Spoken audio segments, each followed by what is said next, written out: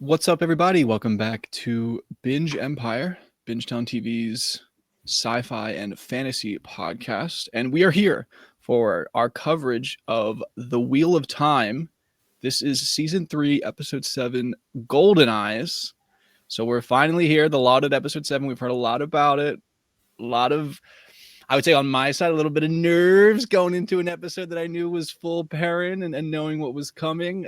We'll get into all of the thoughts that we have on the episode in just a little bit. At the top here, we usually try to give a little bit of context of where we're coming from, especially for first-time listeners. So my name is Kyle, and I am kind of our host here.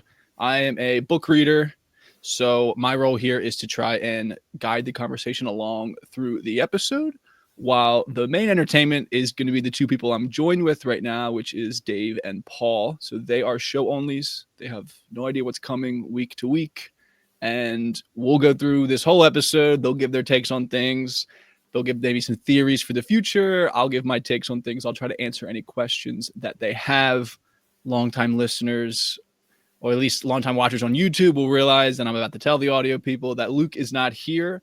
So he is busy with moving and work and things like that. So it's just going to be the three of us, maybe a streamlined episode. We'll see. I love Perrin Ibarra so much. He's my favorite Wheel of Time character. So we're down a man, but I think we might still have a very long episode in us here because I got a lot of things that are on my mind about this.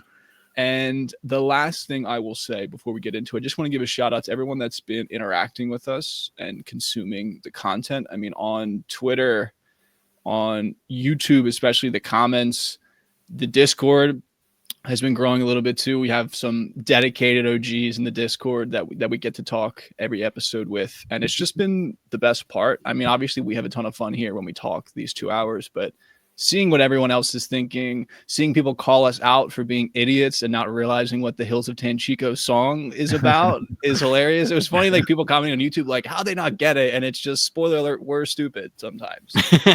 I just couldn't. I didn't get it. I don't know why that went over our heads. I loved how people were saying, "Oh, you guys are so innocent," and then like other comments, videos ago, people would be like, "You guys are just so perverted and so annoying." Too crass. Yeah.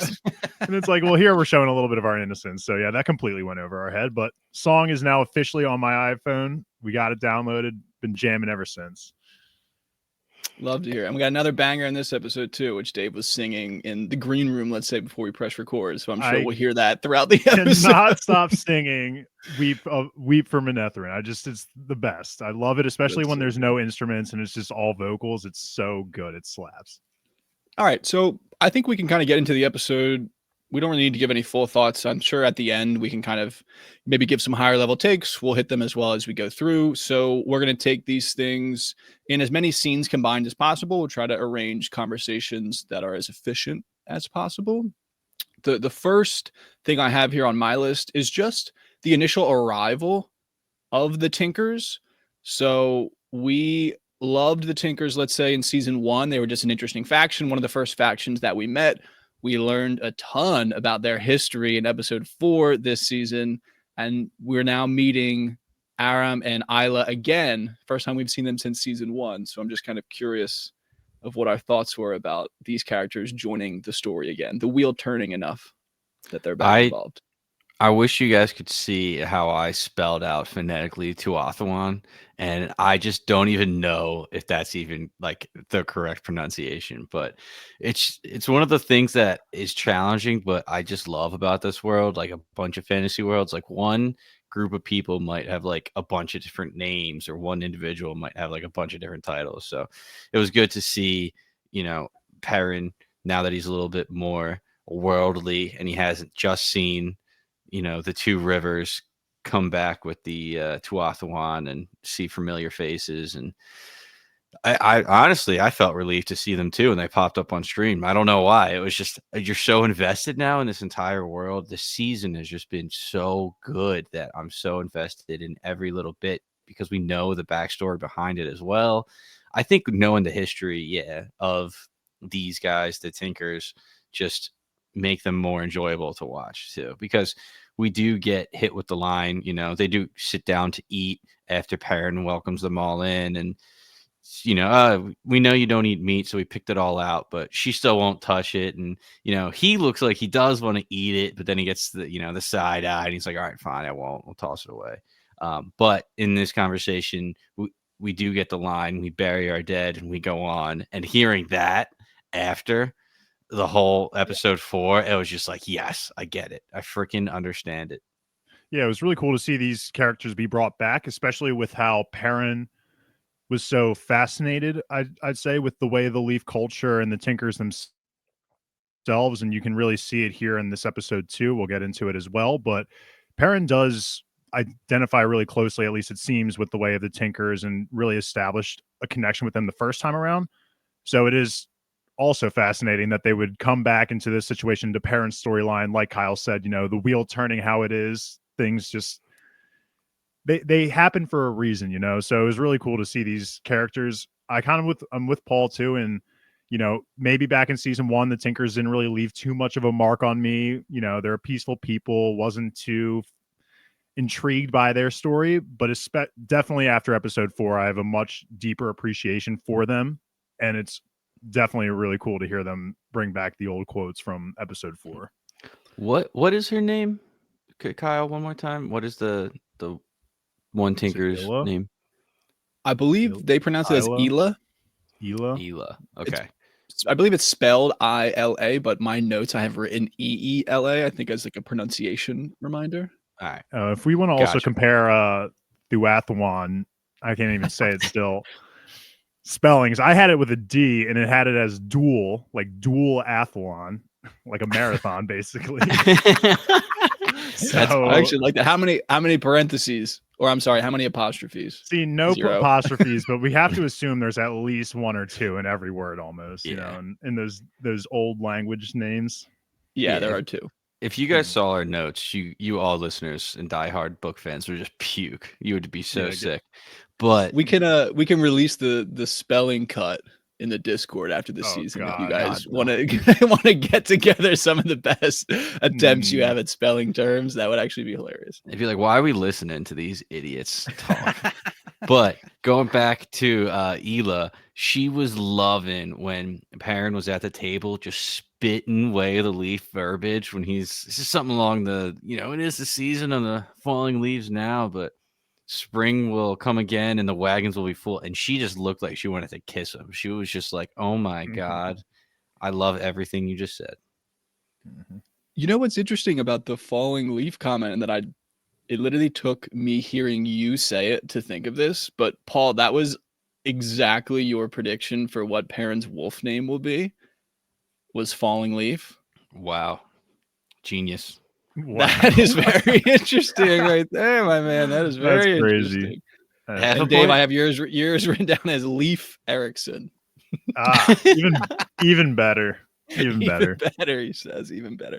I think I have 2 comments on here. We kind of touched on the first one. Is I liked the way that they kind of reminded us, or rather just this whole narrative in this episode reminded us that Perrin was really struggling in season 1 in the aftermath of killing his wife, the idea of violence and all that stuff. And he really latched on to what the Tinkers had taught him about, the cycle of nonviolence, the rebirth and the way to keep your soul clean and all of those things. And Isla is really disappointed to see him wielding the axe at the start of this scene, but she knows that there's still something inside of him that the way of the leaf speaks to. And I just think that this opening of the episode was very good at that. And obviously Perrin does not follow the way of the leaf in this episode. He pretty much runs the exact opposite direction, which we'll get to, but I just like the way that they're marrying those 2 concepts and those 2 points in the series. And the second one is I like this idea of Bane and Chiad having their opinion of the Tinkers. They call them the Lost Ones. She calls Aram a coward because he is one of the Lost Ones, the Tuathalan. And we know now why they call them that, although Bane and Chiad at this point have no idea. So they're not aware of the secrets, let's say, that we know. So it just makes it, I don't want to say ironic, but it just is adding that extra layer of world building there for sure. I like how our two of our favorite maidens of the spear are so crass with their like hand sign language, and Loial is just like, I don't think he'd like that. I don't think he would enjoy what you guys are gesturing right there. I like how sometimes they tell us what they say, and then sometimes it's the emotions are evocative enough where it's like we get it. Just remind me the history between the Aiel and the Tinkers, essentially. Like, why? So they said Chiad, I think it was, or Bane says, no Aiel would dirty themselves for a lost one, and then they spit on the ground, which I think spitting in this universe is kind of like Dune, where it's not necessarily a bad thing, right? Well, for the Aiel, actually, that's a great point. That's their water that they are always consciously, culturally conserving and things like that. So I would say that's a big deal for them to spit. So they don't like look down on them. They're just more so they view them as just cowards, right? They don't have like a hatred for those people, right? Go ahead, Paul. I wanna see if I can throw a little knowledge in. I think it was episode 4 when we saw the Tinkers bandwagons there, and I think it was Avienda said the only thing more dishonorable than not fighting to like protect yourself is killing somebody who won't protect themselves. So they view the Tinkers Oh, as right, like that's right. cowards because they won't even fight. So they're just like, what a waste of garbage people. And I guess Bane and Chiad are also unaware of the idea that they are actually the Tinker's protectors, I guess, as well. So that just so cool. Episode 4, looking back, is definitely just getting even better and better. I knew on our first watch through of episode 4, it wasn't going to be, that all timer of an episode, just because, if maybe looking back, we would have a deeper appreciation for the episode, but it's already kind of developing that appreciation for the episode. Granted, it was already, a top episode when it came out, but the appreciation is absolutely building with more episodes. Yeah, and that was a point that Luke, I think, really tried to hammer home on that podcast episode of like, it's great now watching it, but it's only going to get better the more we get into the story. And he's being proven right in this episode. Mm-hmm. All right. So I have this next like block of scenes.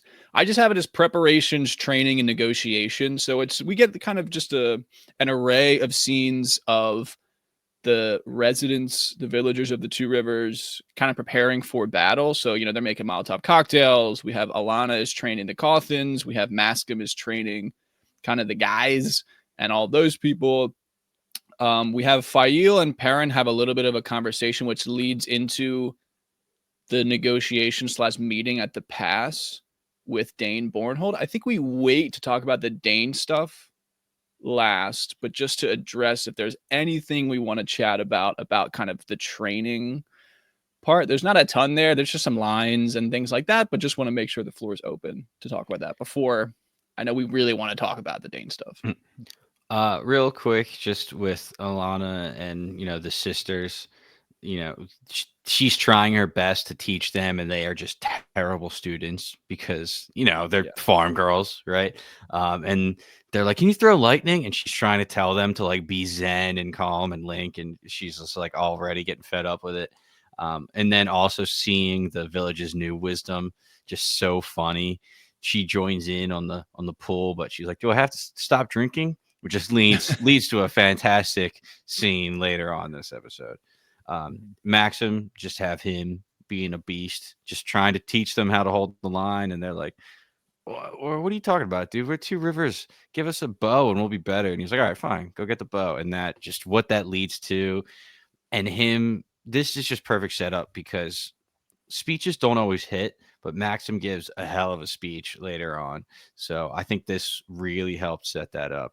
And then, the wolf banner too, they throw that up, the people are cheering, and Perrin is just like, what the fuck is this? Like, I didn't approve this. This is the opposite of what we want.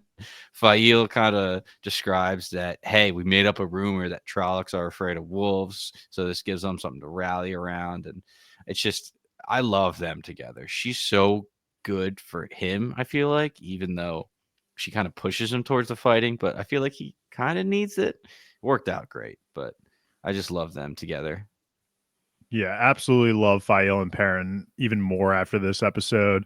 And just the only thing to piggy off of is just I love Maksim now. I think he was being a little bit of a little too soft in the past few episodes. It's understandably so, though, with the grieving process. Maksim is getting up there in terms of one of my favorite warders. I mean, he'll never touch land. Let's be real here, of course. But Fair. Maksim, this was an incredible episode for him. Love him, and the training scene I thought was really cool. Like how Paul said, with the them all feeling more confident with bows rather than swords. I thought that was a nice touch.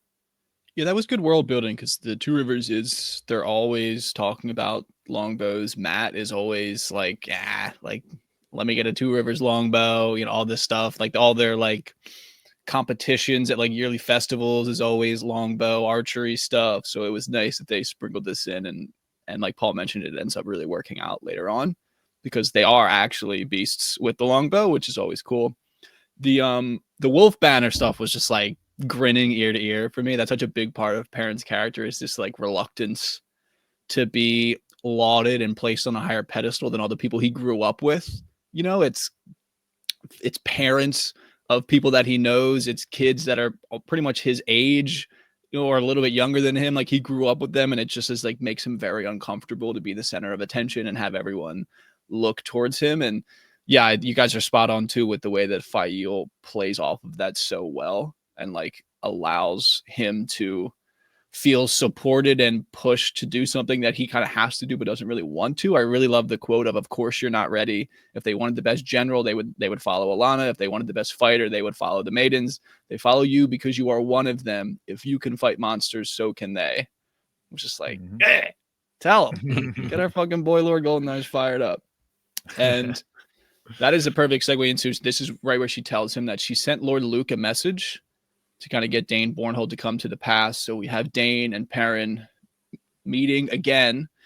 It's not as physical this time. No one gets stabbed, I guess, much to Faile's chagrin. But no one ends up getting stabbed in this conversation. But it honestly was a great conversation. Frustrating, I would say, for sure. But obviously it sets up the end of the episode too. Perrin was spitting nothing but facts here, and Dane was just brushing them aside one by one. There were so many points where I'm like, okay, that has to be the final talking point that Perrin makes that makes Dane kind of realize, okay, he's being an idiot. But no, it was like multiple of those where it's like, it's the right thing to do. Fuck the right thing to do. Your father would have wanted it. It's like, my father's dead. You killed him. And it's like, we kept going down this list. I'm just waiting for him to just agree, because we've said it all season. Like we liked Dane originally. He is definitely in a not so great headspace right now, deservedly so. But it was just frustrating, man. I think Perrin was doing his absolute best to try and convince the White Cloaks to help them out, but Dane, to his demise, was just not listening to the man that killed his father. Yeah, Kyle, I'm sure you were gushing about this back and forth because it was so good and there were so many good lines. First of all, Faile having the bow drawn, just ready to go, like any second, so good. But eventually, it gets into the conversation. Parents saying, "I'm not a dark friend, no matter how much you want me to be, because that would make it easier to hate me." And Dane's like, "Dude, it's easy enough to hate you. You murdered my father." And he goes, "I'm sorry. I truly am. Aren't you sorry for what you did to Maddie Coughlin?" And, she goes into, she was a witch. No, she wasn't. She died for your grief like your father died for mine. The Two Rivers being slaughtered isn't justice. It's not even revenge. It's a betrayal for everything you stand for and what your father stood for. It was like the perfect things to say, because Dane probably knows that, is just refusing to like look at it and realize it. Like he's just blinded by his emotions. And it was the perfect thing to say. And I really do think we could, like Dane, going forward, they could reconcile and he could be like a good character, because he seems like he really does believe that you should do what is right. Maybe he was misguided in a few things. So I absolutely liked how they seemed like they were on this collision course, but they were somehow able to, at least for the moment, just not actually butt heads and fight. So loved it.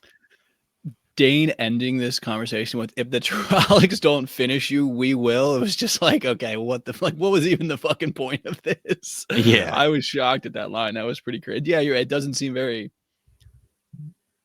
I would say, ideal of the White Cloaks You know, that doesn't sound like someone who fights for the light, I guess. But I guess if he thinks the Perrin's dark friend, then he's doing the light a favor.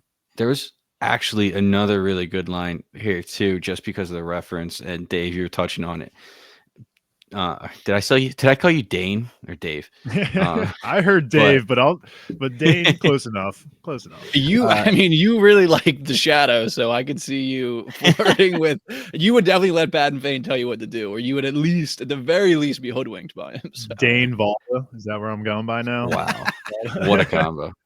But Dane was saying, "Why should we fight for you?" And Perrin said, "Because it's the right thing to do," and that mirrored very heavily season 2 finale where Dane is talking to Borny Sr., you know, his dad, and he's like, why are we fighting to release these witches from these slavers when we hate the witches in the first place?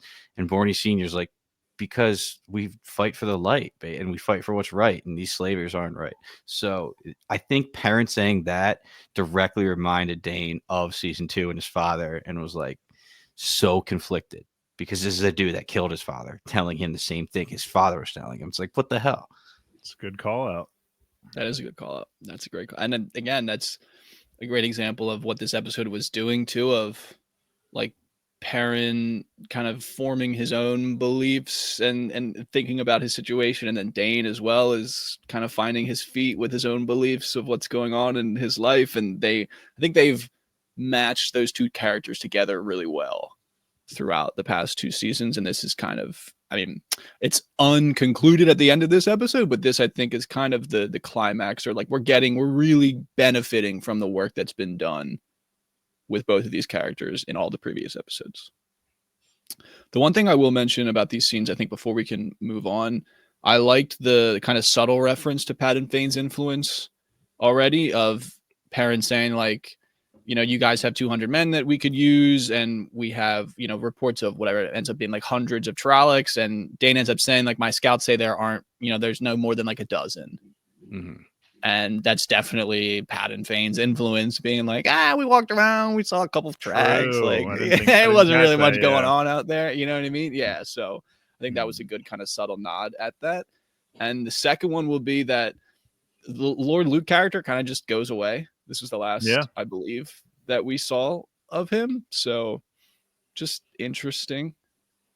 He got named, and then, I mean, hey, some people are named and don't have a big role. So this is just the end of his, I guess, influence over this season at the very least. Yeah, Lord Luke of nothing, more like. yeah, Lord of what? I think Perrin even says too, and he's just like, okay.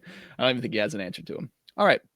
So these next 2 scenes, we'll talk about them individually, but they're just kind of small interactions. One of them is slightly sexual, the other one's very sexual. So the slightly sexual one is going to be Loial agreeing to play Maiden's Kiss with Bane and Chiad. And I think this is, again, just another interesting exploration of the concept of toe.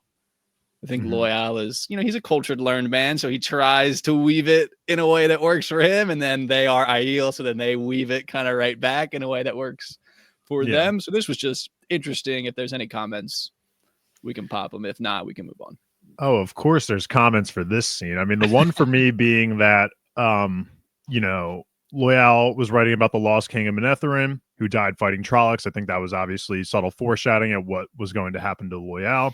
The second being that the lost king's name is very similar to Rand's name, at least their last name. So again, no subtitles, and it's kind of hard to hear sometimes, but it sounded like all Theron almost versus all Thor, kind of along those lines. And even the Aiel were quick to pick up on it, because I heard it too, and I thought the same thing. And so I'm glad the Aiel mentioned it as well. And the way Loial kind of reacted to hearing them make that comment, it was like he wanted to change the subject quickly, and then that's when he offered to play the Maiden's Kiss. So I don't know if there's like some deeper meaning there that they were kind of just setting the building blocks for later on, but definitely something that perked my ears was that Rand's name was very similar to the Lost King of Manetheren's name, and that Loial also seemed to be dodging the further exploration of that name. The similarities, I was just on my phone trying to confirm it, but I'm fairly certain that it's the Al, so it's Rand al'Thor. This guy is King Al. whatever you ended up just It's saying. like Theron or something. It was I something forget. close. Oh, Theron would be interesting. Loose Theron. But I don't think it was actually Theron then. I think that's just where I'm pulling it, but it was definitely TH something. It was definitely TH something. But I'm 95% sure, and someone, if I'm wrong, someone will correct me in the YouTube comments. I'm pretty sure the prefix, the al, is like an old tongue, like an older language thing that's just like royalty or like king. Okay. So, because like Al Lan Mandragoran is technically Lan's name, so it's like the Al, like King Lan Mandragoran, Gotcha. and then Al Thor would just be something that just got passed down. The meaning of it, is lost to the people currently, but if you knew the old tongue, it's just like a sign of royalty, essentially. Okay. So it's another thing working for Rand. Oh yeah. That was cool. I want to know more about the book. Like I kind of want to just read it. I honestly forgot about it because of so much else going on that I feel like we got more of it way early on, like season 1 kind of stuff. But anyway, going back to Maiden's Kiss, I thought it was just a cool little culture thing, like a joke, something to build on, like who they are and what they do. The fact that it actually comes into play was incredible. It shows how smart Loial is, and even what is it, Bane and Shead? Mm-hmm. Yes. Right. Cool. And it was Chiad's toe that was paid right there because, as they say, he used the game to send us away before the battle. He risked his lives to save ours. Your toe is paid, but now I have toe, and I go where she goes. So it's just so they were both good. playing each other. It was so good. I loved it. Oh my god, they're like, I think Bane and Chiad might be like top 10 favorite characters right now. They are just so cool and funny too. So funny. Yeah, they just, I think, have their only 2 modes are being badasses or adding a comedic element, and they kind of hit every time. So they're literally just, for me, and it seems like they're batting 1,000. Oh yeah. That's good. Okay, so we can move into something that was really not batting 1,000 for us. Dave kind of mentioned a little earlier with Maksim and stuff, but I think that going through the relationship and emotional strife that Alana and Maksim have gone through this season kind of pays off a little bit here, and that we're getting this reconciliation between them. He plays a little joke on her that I thought was pretty funny and works out well, and then they have this kind of very emotional scene where they're kind of taking that, let's say, first next step after Ivan's death together, which I just thought worked out well. I don't have a ton to add, but I think it worked out nicely. I'm happy to see these two back together. I do like them as a couple. Like I said, Maksim really grew on me this episode. Alana definitely is a powerhouse. So pretty much any character that we get introduced to that has like an established relationship, I just want it to last. And so it was good to see them kind of make up their differences here. That's all I really had to say. Yeah, just the take on the bond, bringing that up, just constantly there. So easy to forget. But she's like, "Do you want me to turn it off?" He's like, "No, it's our last night together. Keep it on." And then he eats the fig. Can you feel how much I'm enjoying this through the bond? Like that It was an so aphrodisiac, right? Is that what that was? good. A fig? I don't think so. No, I don't think I so. thought the fig was kind of just like I'm getting turned on, like, and she wanted a piece of it or something, That's kind of how I was taking it. Season 1, Alana doesn't play like a huge role, but like every time we see her, she's like lounging around eating fruit. Okay, so that's kind of just like her thing. She likes fruit and like sweets and stuff. So I think that was just calling that. Yeah, he was just kind of teasing her basically with something that he knows that she likes. Okay. Yeah, and then I thought the line "we're creating something new," I just thought that was really interesting way to like look at it and move forward. And my last note was Maksim is so out of shape. It's crazy. He's just he takes his shirt off. Dude, he might be like the fittest dude. Put your shirt back on, buddy. No one wants to see that. It's like in Brooklyn Nine-Nine, who's Jake Peralta's best friend in the show? Charles Boyle.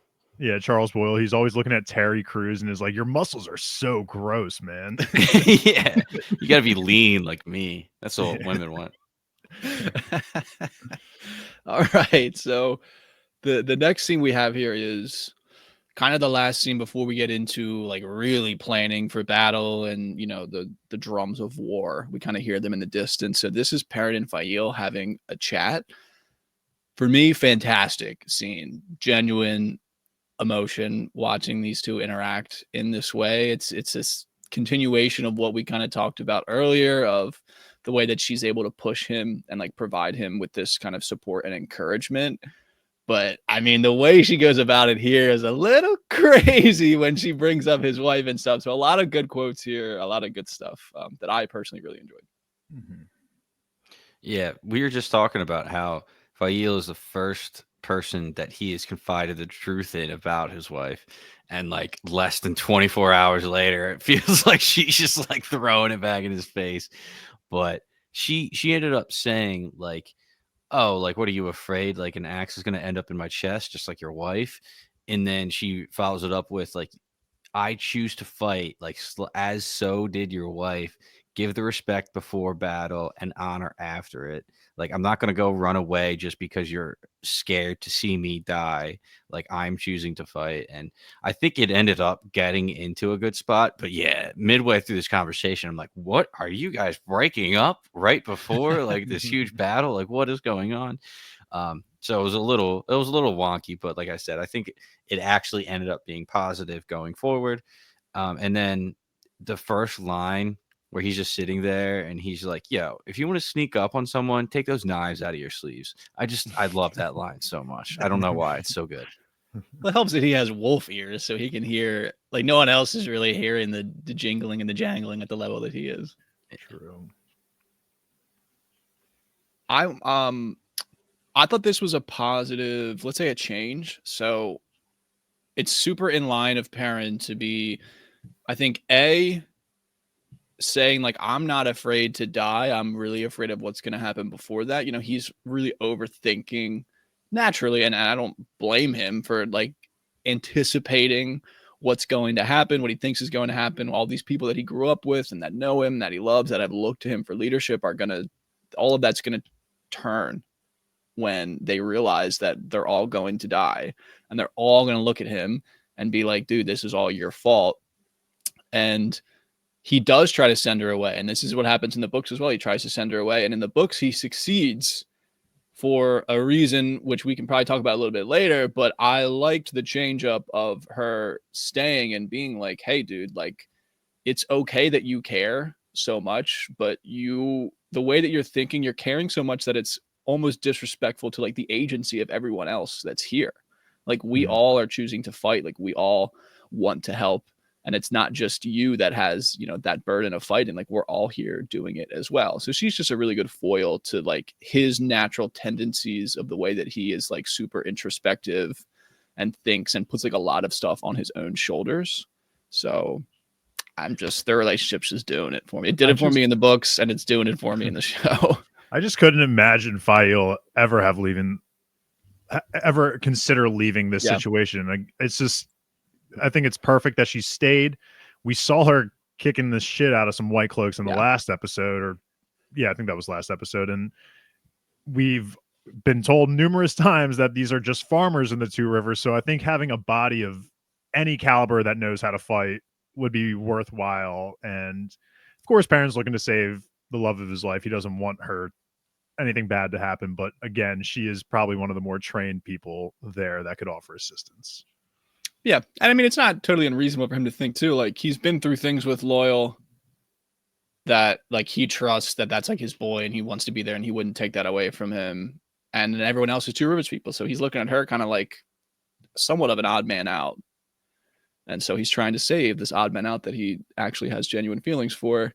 But to be fair, he does suggest that before we get into these next scenes, which is essentially the planning session, where the big crux of this is that we're deciding that Loial will take Bane and Chiad. So they're losing Loial, they're losing Bane, they're losing Chiad. There's three heavy hitters in our defense. They're going to go close the way gate. So the concept of Faile leaving, I don't think it's brought up again once Perrin, I think, does a little quick math in his head. And it's like, okay, we're down some big fighters here. This planning scene, especially the goodbye between Perrin and Loial hits so much harder. I mean, when first time watching it, I already loved this kind of interaction here because we don't know what's going to happen to both of them, and we don't know when they're going to see each other again. Yada yada yada. So, but looking back on the second watch through, it was so obvious that Loial was going to die, especially with this interaction. But it just makes it that much more satisfying. Like they didn't end on bad terms. They both left each other with just the utmost of respect for one another. Loial going as far as call him the wolf in the book, the Lord Perrin as well, which Perrin hated at first, but I think is really touching at the very end because Loial says it too. But God, this was such a deep interaction, and it was really cool at first watching it just because, we know these two are boys, and having them know that they got each other's back, Loial going to do something very, very important to the squad. Perrin wants to join him, but obviously he can't. He has to be the leader of the people back at the Two Rivers, so he can't go along with them. But this hit home, man. This was a great interaction first time around. Second time, even better, I'd say. Yeah, just I feel like I'm just like reading the script and reacting to everything. But I have more quotes written down for this episode than I think any other episode in the whole season. So I'm with you there.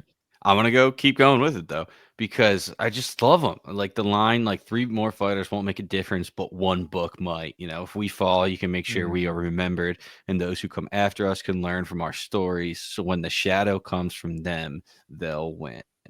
And then they get into their goodbye. Take care, Loial, son of Aaron, son of Fallen. Your name sings in our ears, and he goes, I swear your name will sing in the world's ears, Lord Perrin Goldeneyes. Chills.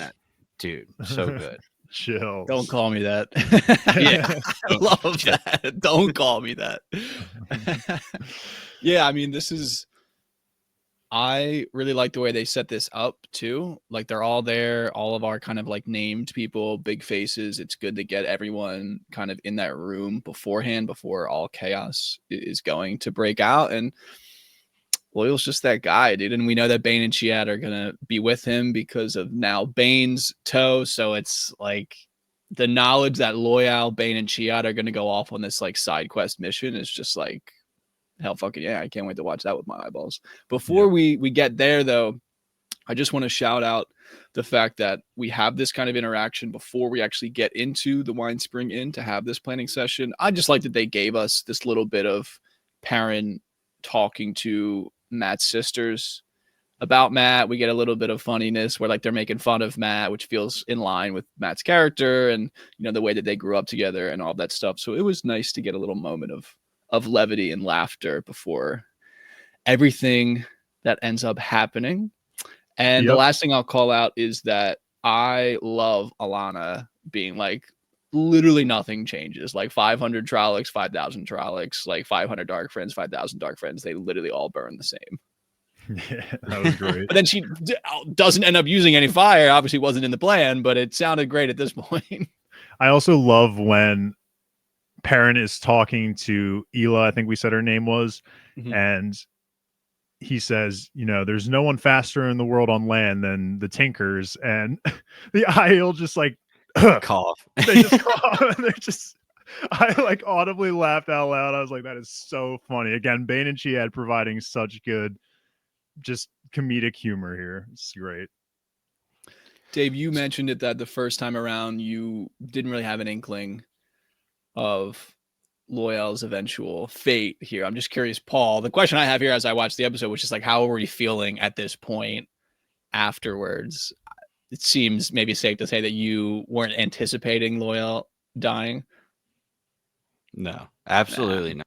Like he has Bane and Chiat on his side. Like, how am I supposed to expect Loial to die when he's got the 2 of the best fighters we've seen in the show with him so far? I thought the whole book was going to be a device where he was able to witness everything and write it down. So I thought he was going to be like almost like the future narrator telling the story. But I don't know if somebody else is going to pick it up, because I don't think that's where the story ends. So like, is Perrin going to start writing now? Like, that's I'm going to miss Loial's voice. I feel like it was just butter whenever he talked. It was just, it felt when he said like sing songs in your ears, that's just that deep voice. It just sounds so good. I'm gonna miss it. So, and I agree, Paul. I thought he was going to be the device that was going to be around, to be able to tell the tale of Randall Thor and Lord Perrin Ibarra, and that was kind of why I guess I was shocked, because I feel like we brought up the book a lot, and it just felt right that he would be there for all the events of the Dragon Reborn, and that he would be the author of that book. So this it threw me for a loop for sure. But I guess now looking back at season 1 finale, it makes sense that they kept him around from that. We needed this moment for him. Yeah, this will probably be the first time that I'm a critic of the episode. And I have like a list of things that I plan to talk about a lot of it at the end, because I don't want to bog down a conversation with things that I didn't like as we're talking about it. It feels better to just have the conversation at the end. But this is such a monumental change.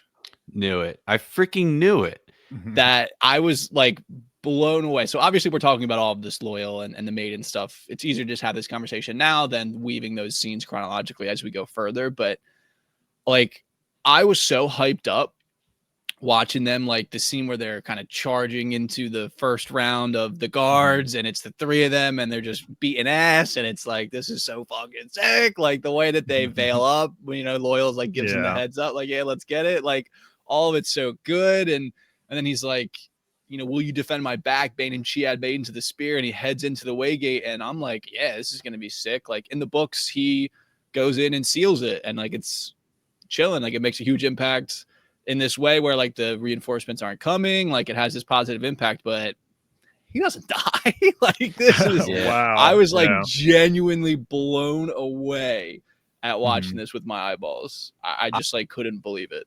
I had a feeling as I was watching it, because I like couldn't believe it. I was like, for all the reasons I just said, I was like, he was going to be like a mainstay. And I've said a few times already, I'm like, whenever Loial's with the group, they're like, Loial, stay with the horses, because they don't want to shoot another scene where like he has all the cosmetics on and it's like too expensive. And I think it's like a logistic issue. And that is the only reason where I could see why they did this, because they were like, it's just too much to have him come back with, the whole makeup aspect of it. And that has to be it, because why in the world would they do that? So that frustrates me a little bit, but he's still a boss. He still went out in the perfect way. He still started humming to himself. For the Father. We walk the road, footsteps of our Father, trails laid by our mothers. And that was hype. That was very hype. But still. Yeah, it's tough because I'm trying to separate maybe like a level of logic in like the future planning of his involvement versus what you're saying, of or rather combined with what you're saying of the logistic issue. It really feels like the decision was made because of what you're saying, and that just feels so wrong. That we have to make decisions like that. I guess at some level I get it. I'm not there in the budget meetings and the future planning and all of that stuff, but it hurts. Loial is in the story throughout. He's always a great friend to Rand. They do some fun stuff with like his family and like the Steadings and all of that stuff. And he that like what you guys are saying about being the narrative and like writing the whole book, like he does it. The end of the story, like he has the book of the Wheel of Time. Like he writes the story of the Third Age, basically, of like the Dragon Reborn returning and doing everything that happens in the books. And I just don't know what they're thinking here beyond the logistic thing that you're saying, Paul, and that like actually genuinely hurts my soul. I think the only way that this bothers me as a show only watcher eventually is if we never get any more lore into the builders themselves. So what was it? It was only 3 episodes ago, 4, probably even more than that at this point now I'm thinking, but they mentioned that builders can't be too far away from their homes for too long. Like we've already established the idea of builders having homes and a place where they live. The only way I can, like, if the only way this hurts me is if we never get into that part of the story of we never meet another builder again, which I doubt will happen. I do have faith that we'll meet another builder, and I hope there is a builder that kind of takes the torch of Loial's place in terms of finishing the book. How dare you stand where he stood? Don't get me wrong, Loial will never be. He's not another replaceable. builder. But I just want more builder stuff. I guess that's like Loial was just such a great character. We just get introduced to the idea of what builders are and how they navigate the world. And here we have the only one that we've seen die, and I'd be definitely upset if this is the end of all builders. I am excited to hear Luke's take on this. I think the beginning of next episode, we should be like, Luke, what are your thoughts? And I'd let him go on a rant because I could see him being very upset. He falls probably into that category of a character. He's a bigger character than Uno is 1,000,000%. And I guess if you make the bucket titled characters that we could shift some parts of them and maybe their impact is like at I wouldn't say this, but maybe you could argue it's like a C-ish tier. It's more of this like overarching, the story isn't so important to like these main big beats we want to hit, and then we can get an emotional death out of it. AKA like Natty Cawthon, Matt's mom. Bring that up. Uno, but to me, Loial's not in that bucket. He's much more than that. And it does feel like it's just this logistical issue, which then leads me to also think, Dave, with your point of like, if we're not going to get any more of the builders, like if it's a logistical issue, we're not getting 15 of them on our screen at once in the steading. Like we're not going to get to a place like that. So I'm just, I'm weeping for Loial. I'm weeping for the steading. At the end of the day, we are all weeping and missing Loial because he was definitely an OG. I mean, there's like one maybe way we could twist this into it's not the end, but it feels like the end.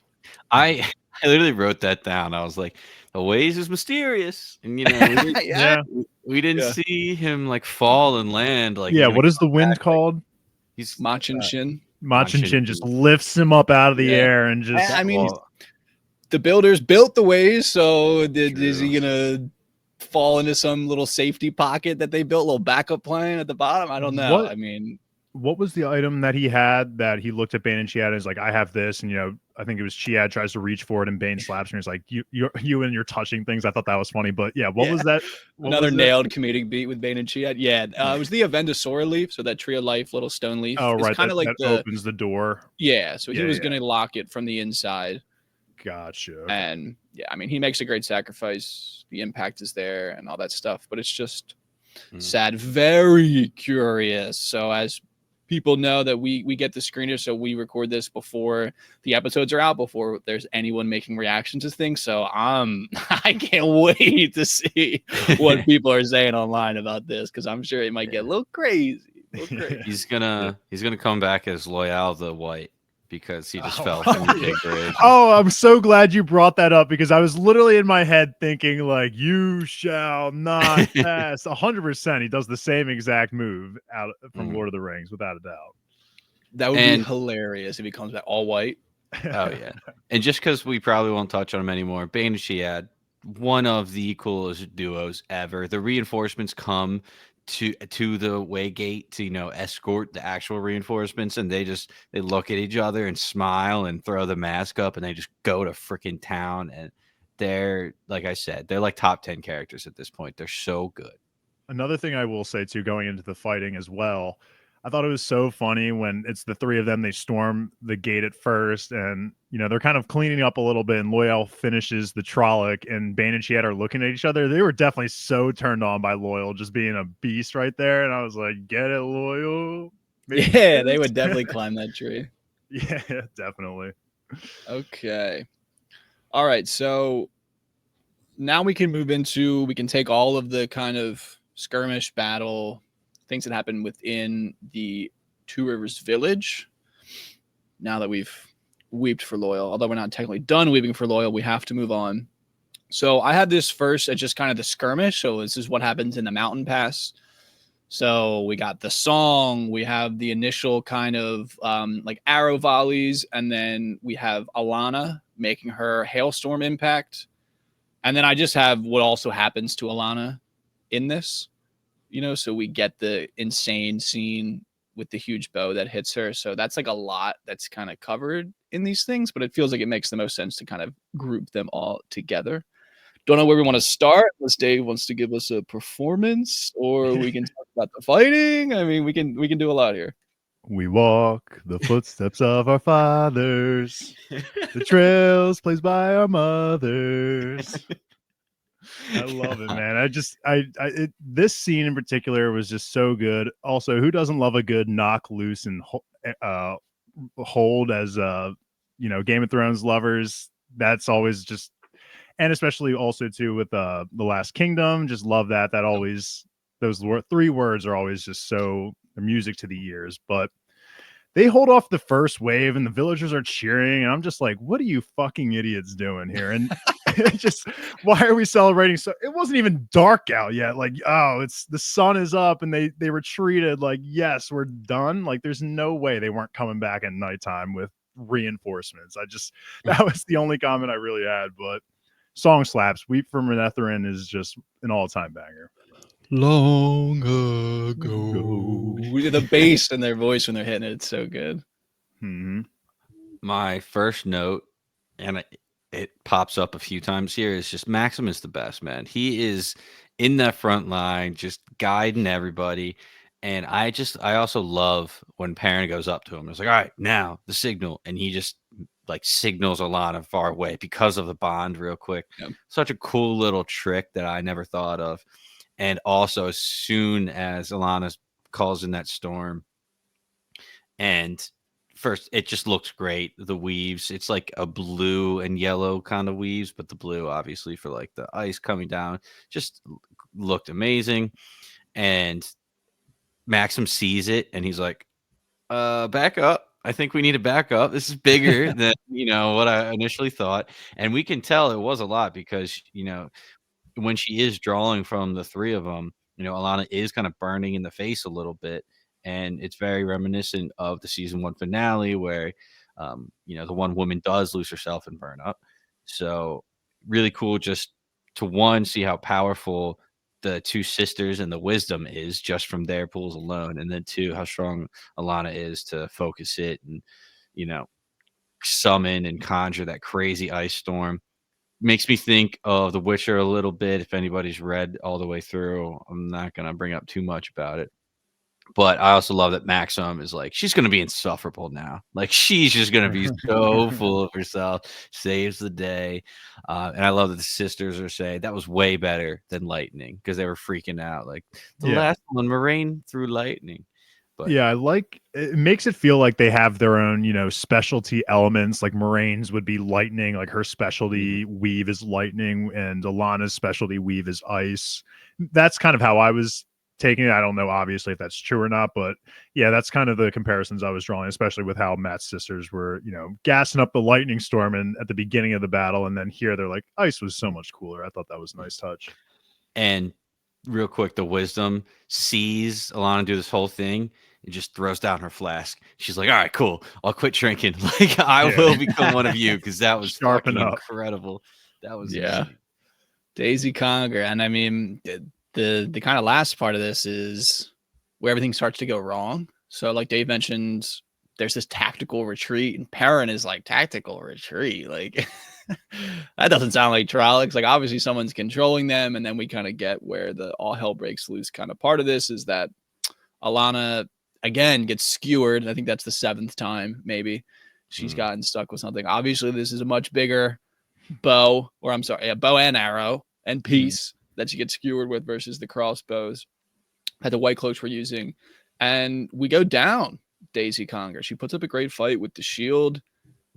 She ends up getting taken down trying to shield Alana's retreat. And the other thing that's happening is at the mountain pass, which Paul already mentioned, though, is Maksim kind of regrouping the squad, regrouping himself after feeling the impact of the arrow. He regroups the squad. They all want to ditch. And he kind of gives them a little Two Rivers talk about how it's better to be stubborn and nasty than it is to just fold under the pressure. And I love the way they did it too, of like the dark friend like running on the shield, and he Yes. just like slow-mo just like takes her out, and then like it all just starts going again. It was like, okay, that was well done. It was so Dude. badass. Oh my God. I mean, you kind of summed it up, but I'll rattle it off real quick because it was so good. He's like, soldiers don't win battles. It's about being too dumb to know when you're beat, too stubborn to fall down and die, and too nasty to let the wheel crush you without putting a stick in its spokes. What do you say? Can you people of the Two Rivers manage that? And that's when the one woman comes up running over the gates, and he just grabs that dude's bow, takes her out, and he goes, "Can you?" And then I'm like, I will run through a fucking wall for this guy. Like, this is Yep. incredible. Yep. Like, It was perfect too, tearing up because over it. like that is like the exact description of like a Two Rivers person. It's just this like stubborn, nasty, like never say die Mhm. kind of attitude. Nasty in the sense that like, they love and protect their own, but like if you push them, they'll push back. And it was just like, again, with the long bows and then this characterization of them, and then we get into the battle stuff at the end with everyone's participating, and it's just, I feel like they did a great job of kind of nailing the ethos of the people. In addition to like the Perrin stuff, the Faile stuff, the Dane stuff, like I feel like the feelings, and you're getting the right idea about all of the characters and the people. I thought that was a really well done thing this episode. Definitely. So I have a quick question for you, and I don't even know if you guys will be able to give me the answer. But earlier in the Wine Spring Inn, Alana was saying, I destroyed all the bridges, and Trollocs won't pass through deep water, so the mountain pass is the only way that they can get through. Where do these other Trollocs, like when Alana gets shot by the arrow, which one looked like she should die and there should be a huge hole in her chest because how big that arrowhead was. I was like, the fact that you're not dead is insane. I know like Aes Sedai genuinely are stronger, and like they're it happened, I think really on season 1 Moraine got stabbed, and we were like, yeah, well, they're naturally like has more of a little bit resistance and fight. I don't know if Yeah. that is a thing, so that's why she's not dead. But I was just so confused because I was like, aren't all the Trollocs on the other side in the past where Maksim just came through? That is, I think, one of the like main, I guess, gripes I have with the episode. And I'm going to start with saying I recognize definitely how difficult it must be to plan out like one big battle episode.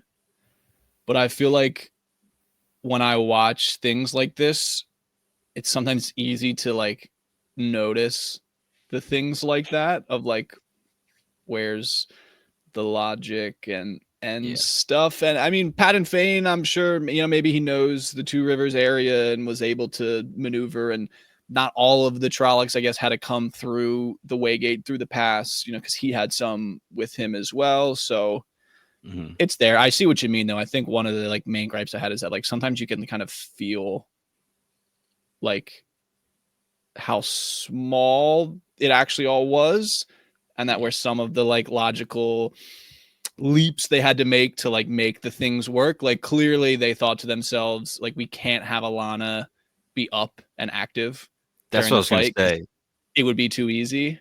Yeah. It just felt like a you know device to take her out, and it just felt like a quick and not yeah logical device to take her out because they don't even charge. They just shoot the arrows from there, take out, Daisy, and then that's it. We don't even see them charge from that area. So it was just like, what the hell? yeah I mean, it's definitely, it feels like one of those things to me where the undertaking of translating this onto the scene is fairly large, when in the books it's like a 7-day, like a week-long siege Wow. of like the Trollocs are like attacking in bigger and bigger numbers to like test the defenses, and they're kind of wearing them down, and there's Alana is there, and they end up saying like the numbers of Trollocs is like 5,000, and they so it's okay that she's like channeling and taking some out, but it's not enough with just one Aes Sedai, while here it's naturally it's smaller because it's the TV show. So Gotcha. that just seems to be one of the, let's say, trade-offs that they made to make Gotcha. maybe some other things make sense. Because if we watched the battle part, which we're about to get into, and Alana was up, it would just be like, Oh, how are they yeah. losing? Yeah, and it also went into the fact that the villagers are freaking out, like, "Oh, we don't have an Aes Sedai, we're screwed," which led into the Maxim speech, which was amazing. Which we also saw Maxim gave that speech after he buckled over in pain because, he felt Alana get shot. So I guess that built up how cool that was, which I'm now in love with him. So I will let it pass. And I will agree that it was necessary. My uninformed opinion, this is the last comment I'll make on that before we can talk about like the battle stuff. My uninformed like military opinion kind of felt like, why are we even wasting our time at the mountain pass? Like, we got all these old heads and like we're retreating. Can we retreat faster than the Trollocs can advance? Probably not. Like, how long is the distance between the mountain pass and the village? Do they not catch up to them on the way?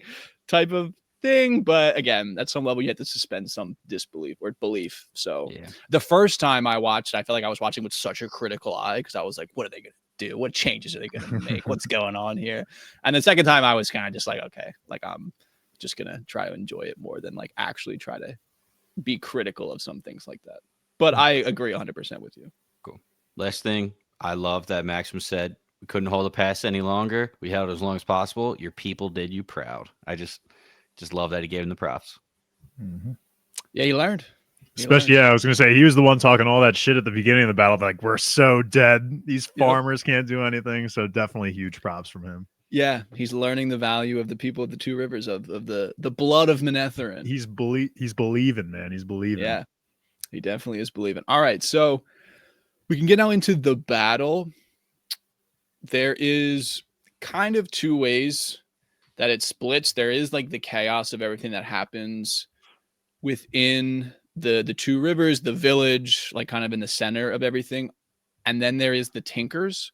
I think we just talk about the Tinker stuff first, because it's just easy to get that conversation out of the way. And then we can just really flow through trying to hit all of the things that we possibly want to talk about that happen as things get really close quarters and bloody within the village. So the Tinker thing, the thing I'll just throw out there to create maybe the foundation of the conversation. But again, this episode 4 of we're getting this parallel between Lewin and his mother with Aram and Isla here, or Ela rather, where she sees him break the way of the leaf. And I just thought this was so well done. I immediately was trying to think in my head, it's a Trolloc. It's not necessarily a human, but at the end of the day, it is no violence at all to anything. So it's very strict rules, but it wasn't shocking because of how we know Aram's reaction has been to the way of the leaf. Even in season 1, he was kind of questioning why they were doing what they were doing. And here in the midst of battle, in the past, it's been mostly, I feel like him and the Tinker is getting taken advantage of by, maybe bandits or thieves. Whereas here, this is like an actual battle, and he feels completely helpless. And he's also, like you said, he's in the same position as one of the spins of the wheels we saw earlier, where he's trying to defend someone. It's not that he's just, going out killing for the sake of killing and, trying to be helpful. Like, he is defending a baby. And so it's totally understandable, but it was, I won't say, I was sitting there, I called this, it wasn't something that really crossed my mind, but the signs were there with how Aram's reaction has been to the way of the leaf in the past. It wasn't that shocking. It's just really cool to see how the wheel is spinning kind of almost the same. Aram's now an oath breaker, obviously. So we'll see where that kind of falls into play here. I thought this was just so cool to see, especially with the contents of episode 4. Yeah, I mean, episode 4 just laid the foundation for everything that the show's built. So it just it makes it so much better. And I remember the way the leaf popping up season 1, and I remember just expressing so much frustration because the white cloaks came up and they were slapping them around. They wouldn't do anything. And like, just to go back to here, it's so crazy to me that Ela would rather watch this Trolloc kill him and the baby than to watch him kill the Trolloc. It doesn't make sense to me, and I get it. There's rules. There's an oath that your people took. You're supposed to follow it, but it makes no sense to me at one point. I was totally expecting her to hit him with the "hide your face from me, stranger." Yeah. I had a son that looked like you once. Yeah, I don't want to see his face on a killer. I would have cried if she said that. But I think the important thing maybe to mention about what you just said, Paul, is that they don't really have a concept of the oath. They're just so with the way of the leaf.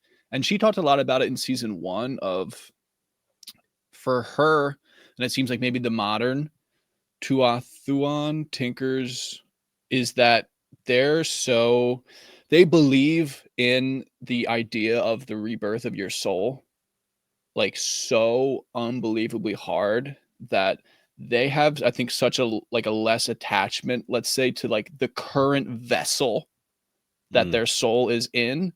So they're prioritizing keeping their soul clean through every cycle of rebirth by doing no violence and not having as much attachment to the current vessel that their soul is in, I think is kind of her perspective on it. Because she talks about her daughter and how like she's so sad that she ended up dying, but like she knows that when her daughter is born again, like hopefully the world will be a better place for her daughter's soul to reside in. And then I think naturally she feels that way about her, her own soul, about her husband's soul, about Aram's soul. So I agree. I could never do that and have that strong of a belief in that type of belief system. But I really liked that they talked about that stuff in season 1 and that it's really watching her confront it in front of her eyes, I think was good. I like that explanation. It definitely makes it more digestible because this life is not more important than the rest of your lives to come. So, okay. Yeah. I like that. I mean, because they don't have like a guarantee, let's say, but I think that like a lot of people in the world are really aware and believe in the concept of the wheel and the rebirth, and the Tuathuan take it to like an insane level of belief about their soul. I know we have in season 1 as well, I believe it's episode 1, Rand and his dad are lighting the kind of candle for Rand's mom, which ended up actually not being his mom, but Tam's wife. And they talk about like how long does it take your soul, like the wheel to spit your soul back out and be reborn. And Tam's like, we don't really know, but the best thing we can do is just try to be better in this life and the next. And so I just really liked the way that Robert Jordan, the author of this series, was so obviously influenced by these Eastern religions with Buddhism, I believe Hinduism as well, and a lot of things. So the Tuathuan are just kind of the best description and representation of that. Cool. Next scene. Let's go. But I will say though, Dave, I just want to reiterate to your point about the signs for Aram being there. I thought, especially in this episode, he's just so disillusioned with everything. Like he watched his grandfather die, and he's just like so fed up with it. And it's pretty similar to the books. In the books, it's his mom who ends up dying, but it's the same way. He like kind of comes into the Two Rivers and is like right to Perrin and is like, dude, teach me how to fight. Like I'm over it, basically. Like I don't want to live this way anymore. And so I think this way is honestly better, like the way we get to see it with our eyeballs and we get that call back to episode 4. So it's kudos for this kind of change. I'm just going to bring this up now, I guess. It's interesting how Aram is kind of separating himself from the way of the leaf. Obviously, he just killed something and, is now no longer part of the Tinker society. While at the same time, Perrin also seems to be walking the path towards the Tinkers. I don't know how it'll all work out because obviously Perrin is a killer as we know, and they have been leading us down this idea that Perrin is going to somehow, some way do something with the way of the leaf. So he is like kind of walking that path as a murderer, but Aram's stepping away. I don't know how they're going to incorporate it, but it definitely to me is screaming that Perrin and the Way of the Leaf are. This won't like. I don't think this is going to be the end of their relationship. Like they're gonna come back again with Perrin or something, and I don't know how it's all going to connect, but there are parallels here with these two characters. I think. Granted, they're going in opposite directions, but they are parallel. That's an interesting point too, to think like Ela is kind of telling Perrin like, hey, like our fires have space for you, like our wagons have room, kind of thing, and where she's saying like we would accept you. Mm-hmm. Yeah, there was always a place with the for knowledge, you. That he is a killer, like he has killed, and while Aram now is killing and is getting the opposite treatment of getting pushed out, and where it's like, why are we accepting Perrin who we know has done violence and killed, while Mhm. I mean, maybe Aram's held to a higher standard because he was born in it. I just, Yeah, maybe, know, but I'm definitely curious to see how this relationship continues burning. yeah. And we know Wheel of Time that they'll probably pop up again. For sure. Can't get away from them. All right. So I think now we can talk about the battle. So there's a lot of things that happen. I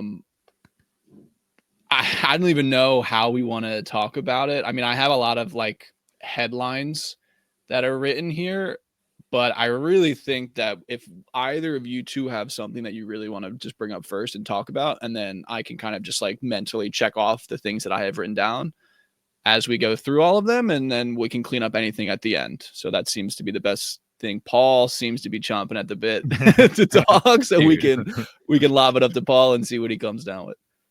Best line of this episode. After all of the dialogue that I've already reiterated, this is the best one because first of all, the shock of the white cloaks coming through, the village is all like all the Two Rivers is cheering.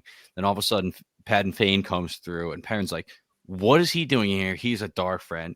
That's when shit hits the fan, like arrows flying, Molotov cocktails flying.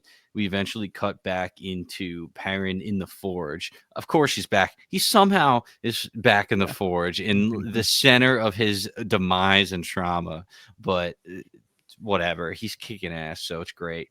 And he's freaking out, saying like everyone's going to die because of me.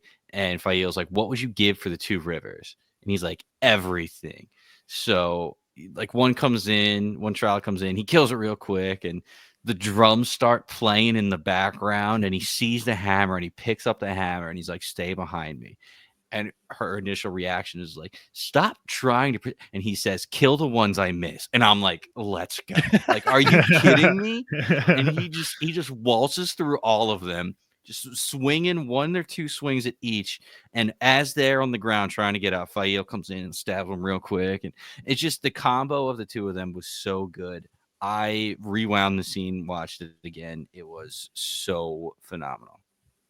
It's so cool too that Perrin uses these big ass hammers and mallets while Faile is just rocking these like two tiny little daggers. It just feels like it's a good combo, just to, as you said, just clean up the mess that Perrin's leaving behind in the wake.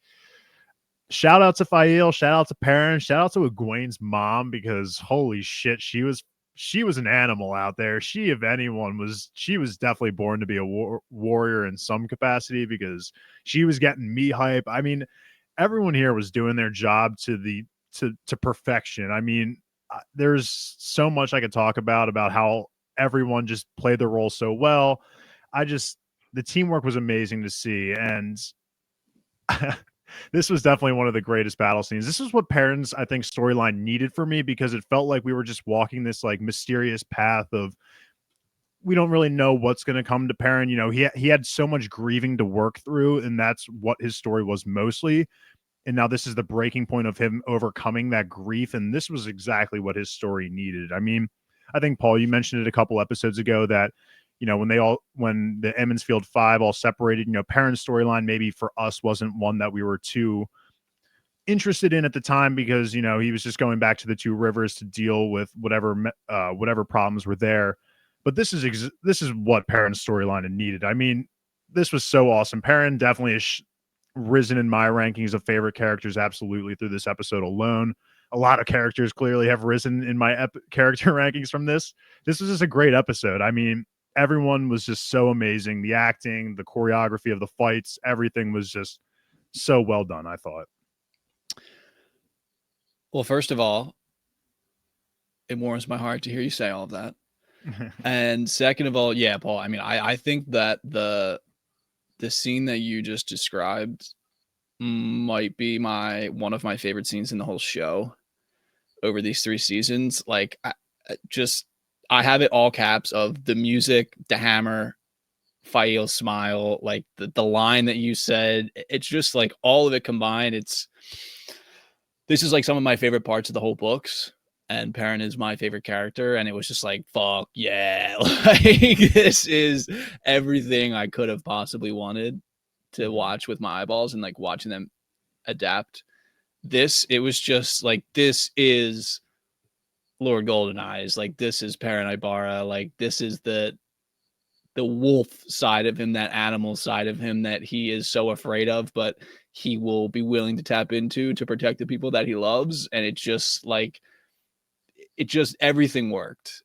It was just so fucking awesome. I'm just thinking of like our characters back in season 1 and just through 2 seasons and just how much changes each one of them has gone through. I mean, to be honest, for me at this point, I'd say Matt is probably still kind of the same as he was before, but he does a better job at, let's say, like hiding his emotions or like not wanting to talk about it. I know Perrin kind of does the same thing, but Matt really just kind of laughs it off usually and just tries to make a joke out of it. But he's obviously going through changes, but just Perrin and Rand especially just feel like, just men now. They're just experienced, battle-worn men who just know what they're doing now. And it's just, we're only I guess we're technically 3 seasons in, but 2 seasons off the point of just them being farmers and little children at that point. It's just crazy to see how far all of them have come. Egwene too, obviously, has gone through a lot in her time with the Domine. It's crazy. I remember season 1 when the Beltane festival happened and the Trollocs attacked. We were like, "Yo, the villagers are like getting after it, dude. Good for them." They were just like stepped it up this notch because at one point it all like came together at the center of the square. Perrin's after his beginning of his march through the Trollocs says like 2 rivers on me. We hold the square, and everybody's screaming for the 2 rivers. Like you said, I think it was Egwene's mom was like freaking out, stabbing everybody. She was screaming for the 2 rivers, and Faile looks at Perrin's like, "I like your women's circle, man. They're crazy. Yeah. They're doing good." They were in formation. Shout out Destiny's Child. They were fucking in formation. Oh man, they were crushing it. I loved it. And then we kind of got to this scene with Child Valda and Alana and the sisters. And before I say anything, how did you guys react to this scene here? I'm sure we're all going to have the same nitpick here. So at first it was like how it was the question that came across my head. But at the end of the day, I mean, I was applauding that Child Valda got the exact punishment that he'd been dishing out for so long. Like that felt like perfect justice for me in the fact that he burned to death. That was amazing.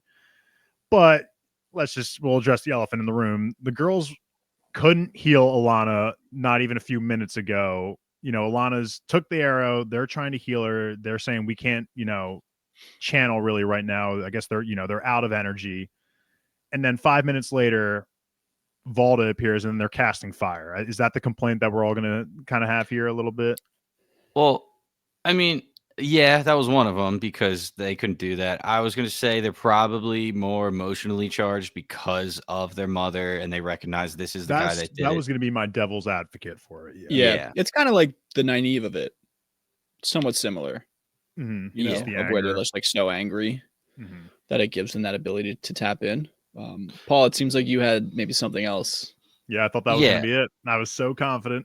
well, I mean, overall, this whole scene, it didn't feel rewarding enough. I don't know why. I feel like we hated this guy. He's been around here since season 1. He was this little piece of crap who's eating a bird, bones and all. And like we're seeing how gross and disgusting he is. And it just was so quick. And it was almost a background event that happened to everything else. But just to go more onto this, as soon as his sisters come together, the weaves of fire pop up behind them. And Valda's like, "Oh, like it's you guys? Like it was you, not your mother?" And I was like, "Can you see the weaves, Valda? Like I don't understand that." That line was weird. And I know 2 episodes ago when the mist came in from Alana, he had the line where he was like, "Oh, I can tell when, a witch is about and acting up." So maybe he felt something as soon as they began to channel, but I was like, it was insinuating that he could see the fire weaves pop up behind them, and I was a little confused about that as well. But yeah, this whole scene it left me wanting. I don't know why. Completely agree with that last sentence you just said. That is a perfect summation of how I feel as well. With the viewing of the The weaves.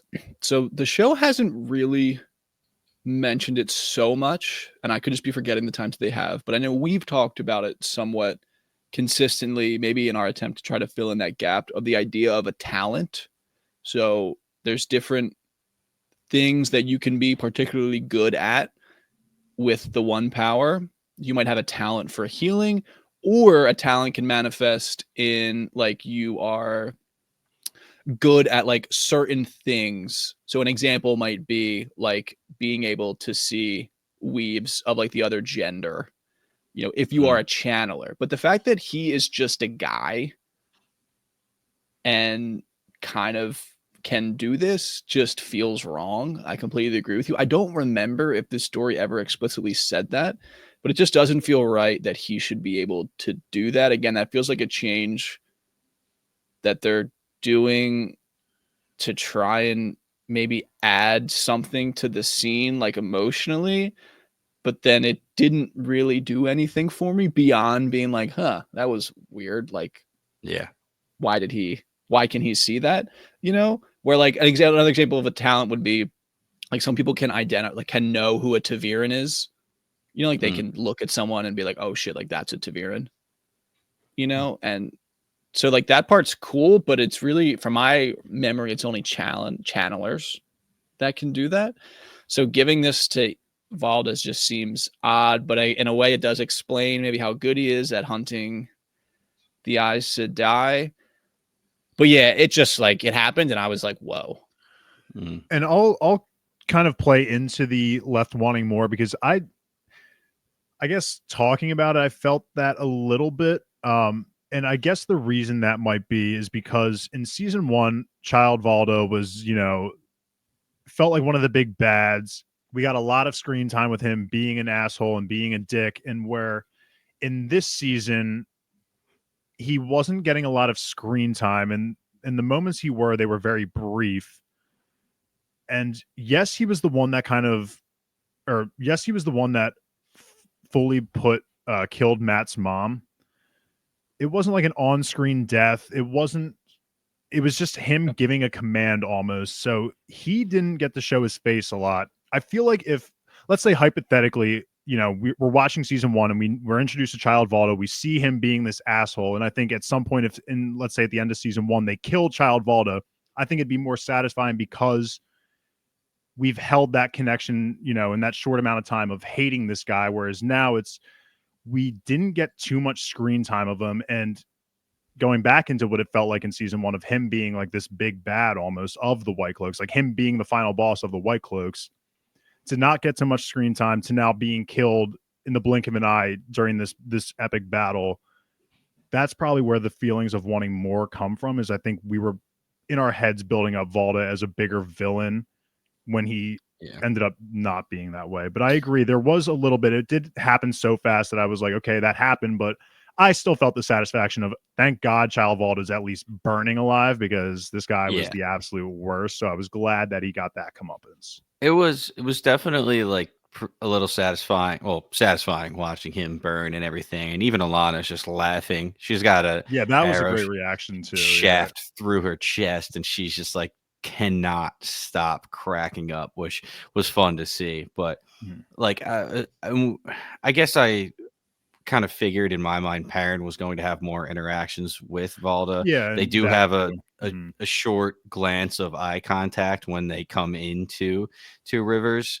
And I thought that was going to lead to more, especially because he was like, I'll find you after last time, and Wolf Boy and all this other stuff. So either way, I'll just I think I said enough about that. But yeah, a little bummed we won't see Child Valda anymore to shit talk him. That's one character gone. Yeah, I mean, I genuinely agree. I part of me feels like this is a function of we're getting 8 seasons, 8 episodes, and I'm really feeling the lack of even like 2 more episodes in this season. In this episode, like things that could have been done in other episodes that could have set up some more things to happen in this episode specifically, maybe more satisfyingly.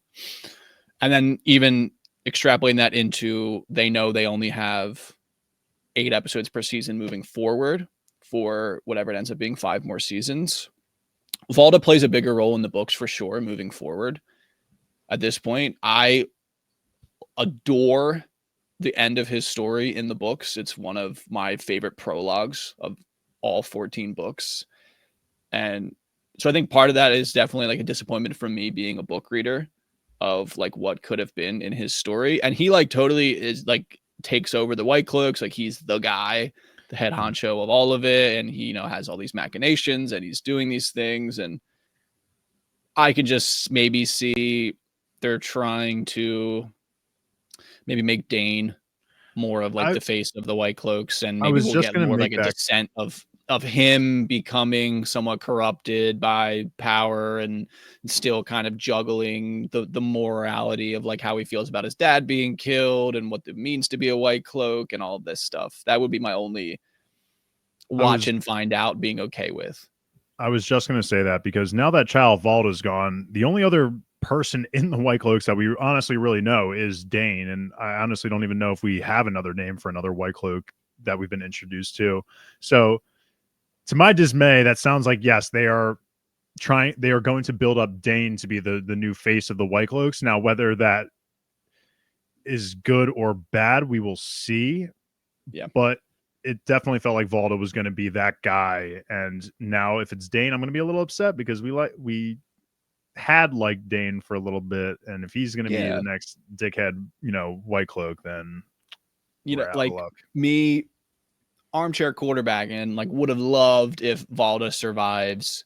And like part of the narrative is that like he takes all of the credit for like saving the village and like getting rid of the Trollocs and the Dark Friends, and it gets him like a promotion. And Dane is a little bit jaded, and they have like a kind of rivalry, like fighting over like control of the White Cloaks moving forward. But again, do they have time to flesh out that story versus to me, like the what roles needs to happen with the big dogs? The outcomes to me should have been reversed with Padan Fain and Valda. To me, like Padan Fain should have been the one to bite the bullet here and Child Valda get away, because Padan Fain, while yes, I love him and he is like an iconic Dark Friend at this point, like he is replaceable because he is only really a Dark Friend, whereas Child Valda to us was, again, felt like head honcho White Cloak, and his story would have been more easy to kind of tell going forward versus just Padan Fain as a Dark Friend going forward. We can get into the Padan Fain of it all too, because I'm curious of what you guys think about kind of Perrin's decision here. I know, Paul, there's some quotes here, so maybe you have some quotes you'd like to say too. But I mean, this was a big takeaway from me coming out of this episode, was kind of the way I was feeling about the Padan Fain of it all. Well, just to set the scene again, Perrin is being a boss. He makes eye contact, beelines it, taking out people left and right. There's 2 Trollocs right in front of Fain, and Fain's like smiling and he barks that order. And Perrin just taking out the 2 and seeing the fear in Fain's eyes as he's like, oh shit, like I'm screwed. Incredible. But it was really interesting, this whole conversation. Obviously Perrin didn't listen to Faile, who said kill him right away. Whether he hesitated because his whole thing was, I hate seeing their face when they realize I'm the one that led them to their deaths. That was his whole, this is what I hate the most. This is exactly what's happening with Fain. But a part of me also wants to think that he was smart enough to realize if he didn't kill him, it would actually be better for the village and the 2 rivers. And that's kind of like going on with the there doesn't always have to be violence kind of vibe, even in like the midst of his berserk rage. So I thought that was interesting. But what I was a little confused about was Perrin is saying, why did you do this to us? Why do you hate us? And Fain is saying, I don't care about you. The Great Lord wants to wipe the 2 rivers off the map to make a point to the Dragon Reborn. So last episode, I was saying I'm curious to see where Padan Fain's loyalties lie, because he was following Ishii. He was taking orders from Ishii all of season 1 and season 2. Ishii died season 2, and I was saying, is he like latching on to another Forsaken? Like, is the Dark One, the Great Lord, talking directly to him? Is he trying to become a Forsaken? Like, that's what I don't really get. I'm like, where is he getting these orders from? Obviously, He knows that the Dark Lord wants to make a point to the DR. Who told him that?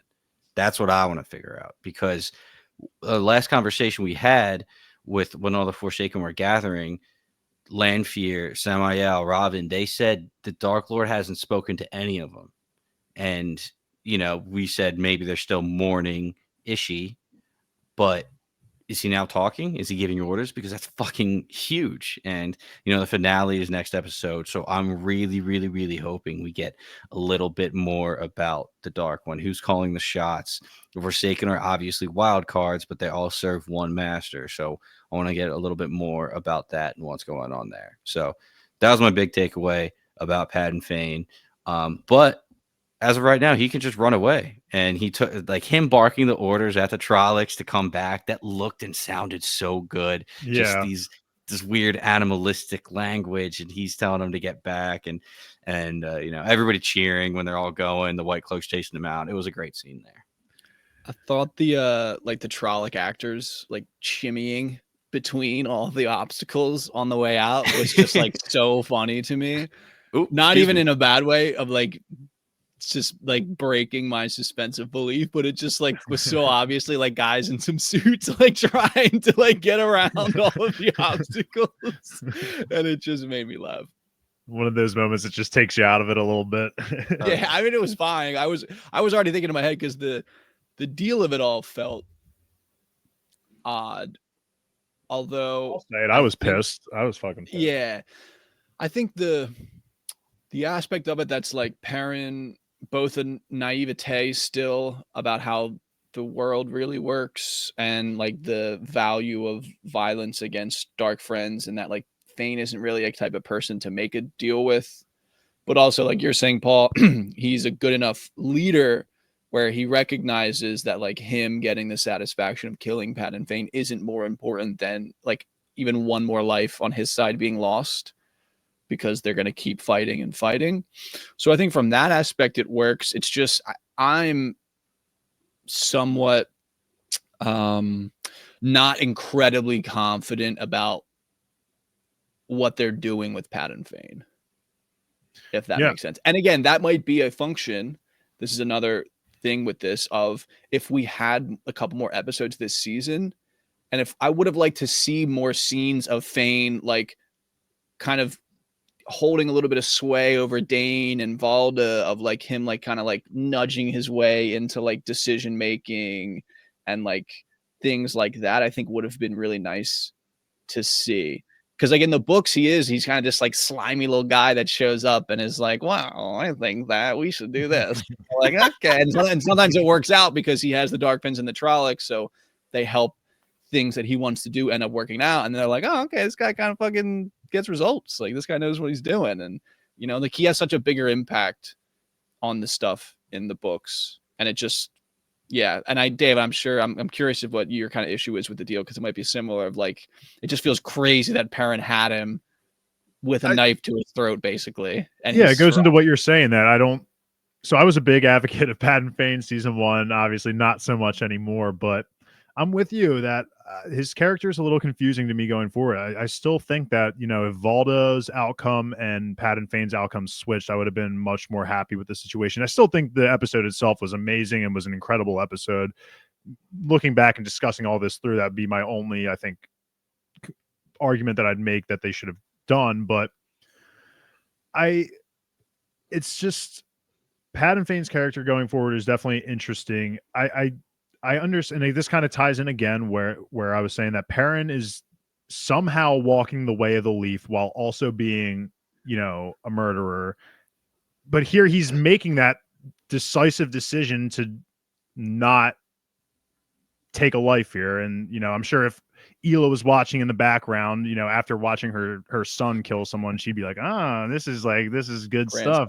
She would love it. But I truly just think Perrin, I mean, Paul and I are fresh off watching Invincible season 3, and there's just my one takeaway from that show is just finish the job.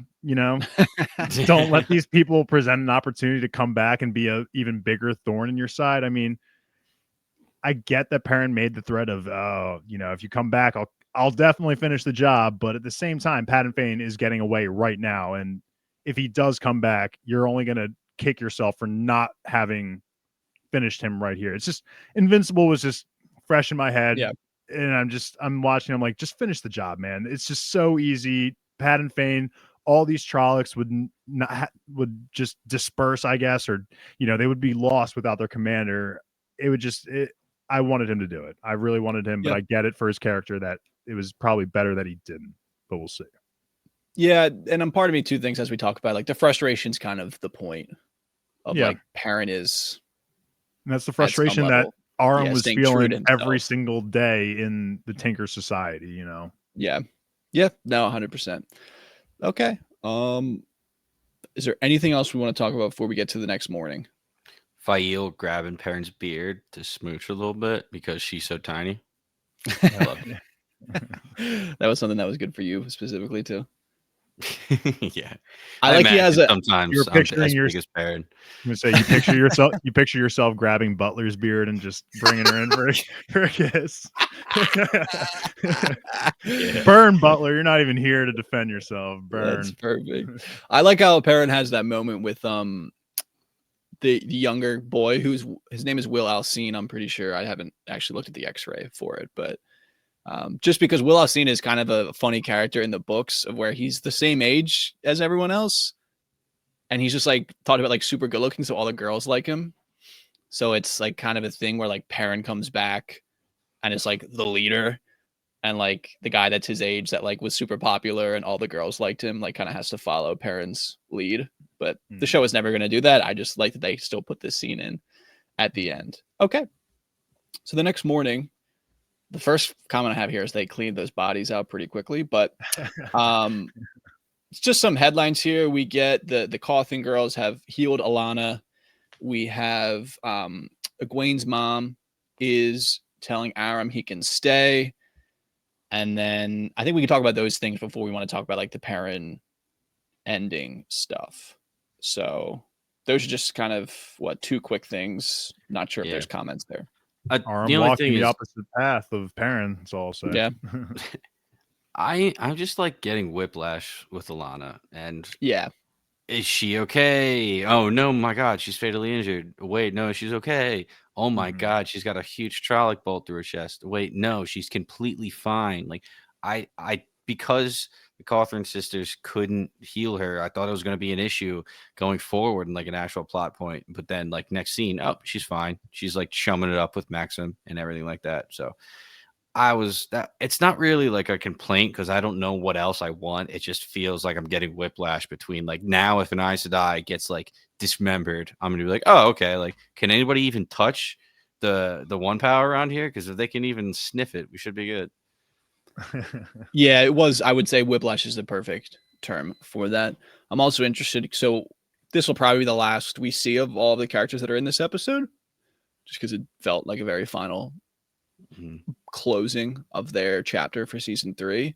And so the Cawthon girls are kind of asking about going to the White Tower, and Alana just says we're not going to go back to the tower because she thinks that the pattern has bigger plans. So it should just be interesting to see what that actually manifests as in season 4 whenever they greenlight it. And I have no idea where they're heading, because I think I said that they're probably going to head to the White Tower after now that they're recruited, and they completely shut that idea down. So I have no idea what's in store for these guys or where they're headed. I hope they're well, I mean, they can go ahead, Paul. I hope they're just going to find the DR and the Dragon Reborn and be an army for him.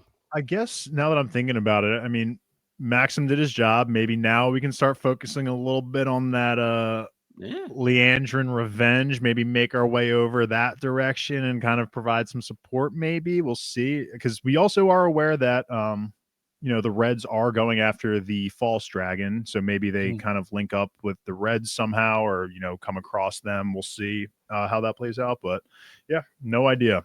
Very interested, definitely more interested now in Perrin's story than I have been probably ever since they've all split.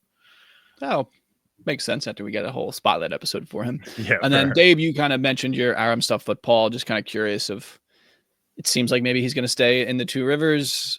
That feels like I don't want to say red flag, but like green light of like he'll be back around if he's going to hang around the village. Definitely feels like it. And I would even like it if he didn't even stay in the Two Rivers and went with Alana and Maxim and the rest of the crew to go fight with the DR. Don't really know what's going to happen with Perrin. I guess we'll kind of get Yeah, into that, but maybe they that's just go and find Perrin. it was a perfect segue too. Yeah, it could be that if so. Leading into the conversation of what Perrin ends up doing here, yeah, maybe Aram, maybe they get a squad together to kind of hunt down Perrin and the White Cloaks and try to free him, and maybe Aram, yeah, joins up on that. That would be interesting, actually. That's a really good point. Okay, using that as the segue, like I mentioned that before I even said it, I think there's kind of two parts here. The Perrin confronting the news of Loial's death, very emotional, but we get kind of the narration of what Loial wrote over Perrin giving himself up to the White Cloaks. I thought this was a great way to end this episode with like the narration choice and that stuff. And Dave, like you mentioned, this idea of Perrin trying to break the cycle of violence in this way, and it does make sense that he would give himself up in this way. I'm curious of what you guys are thinking about the fact that this happened. I'm so pissed at Dane, man. I truly thought that at the end of this, like they show up, Faile makes a very obvious point that you guys are well outnumbered. You really want to do this right now. So in my head, I'm thinking, okay, he's only here to kind of make peace. And he just takes Perrin up on his offer. So, I mean, there's disappointment all throughout my body for Dane and taking Perrin up on, you're going to come with us after this. I guess there is still in my head hope that Dane brings Perrin back with him and somehow just, I guess, lets Perrin know that he's all good and everything's okay. But I was just super disappointed, man. Dane had the opportunity for redemption and just immediately shut it down by taking Perrin with him. I still have hope for Dane, but that was his chance to be good.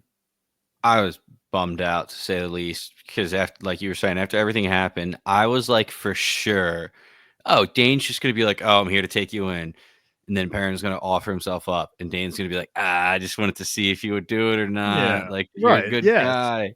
And then he's just gonna ride off, and they'll be like, see you around, Two Rivers. I didn't think he was actually going to shackle him and take him out. So, I like right before that scene, I thought we were going to be in good standing. Now I'm like, shit, I don't know. Is Dane, now that Child Vault is gone, is Dane going to like kind of go higher up in the White Cloaks? And he's actually going to like, is he going to fall into the more cynical aspect of them? Or is he going to try to steer them around and actually say, hey, we need to get back to doing the right thing and doing the lights work? So I don't know. I like that Perrin obviously was a man of his word and gave himself up. But yeah, Faile's line, you said it, Dave, but it's so good. It was like, I know you call yourselves children, so I shouldn't be surprised you can't count, but you are way outnumbered. So just love that. It's interesting because in the books, it happens exactly that way of they come back, they want to take him into custody, and the Two Rivers is like, no. The only way I think this goes well for Dane and Perrin is if he goes back and Perrin has to face some trial that the White Cloaks have, but he passes, making him then kind of redeemed of all of his wrongdoings. Like I feel like that is the only that there's some kind of like trial or test that Perrin has to do, and if he passes, then Dane will like also see him as okay, we can squash the beef now. That's the only way I think I come out of this still liking Dane. Otherwise, this could be the final straw, and I'm not defending you anymore. Yeah, I will say that it's not a complete change. I can see the threads of what they're getting at, but it was shocking to me as well. Because in the books, it literally like the Two Rivers kind of just stands in front of him and it's like, no, like you're not taking Lord Perrin Goldeneyes, Lord of the Two Rivers. Which it ain't happening. What the hell is gonna happen going forward? Like, is Dane gonna be pissed about it? Like, I don't know. Who knows? But I love I love Loial's monologue over all of this, and he's saying a man of honor, a man whose family was taken from him, but he stood tall in his sorrow and protected those he could.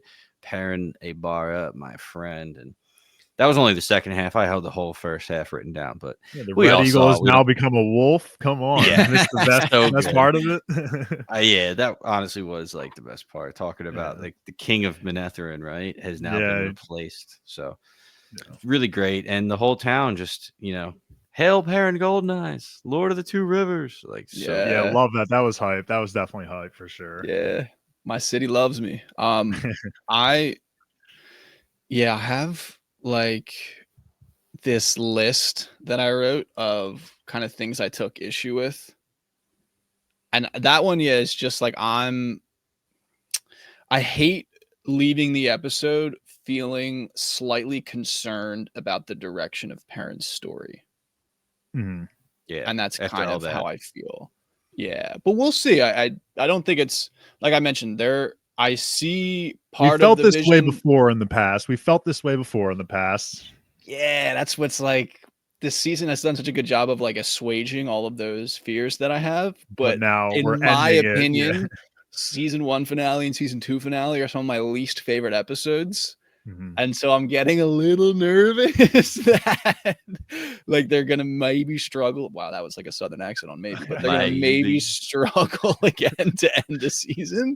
Mhm. So we'll just have to see how that all ends up playing out. I'll let you know in about an hour and a half. Don't worry. Yeah, exactly. But I'm just very briefly for all the book readers out there, because there was only one of me. I didn't want to bog down the conversation itself with things that I felt were very critical, but kind of going through just very briefly like a list of issues. We talked a little bit about the battle stuff. The one thing I'll mention, because I also mentioned the Faile being sent away, is that, and this is related as well to the Fain thing, of the way things end in the books is that Faile actually gets sent away, but like goes throughout the region and like gets a bunch of reinforcement, like farmers from all around, and like leads them into battle at the last hour and like totally flanks the Trolloc army, and they end up like taking them out and winning.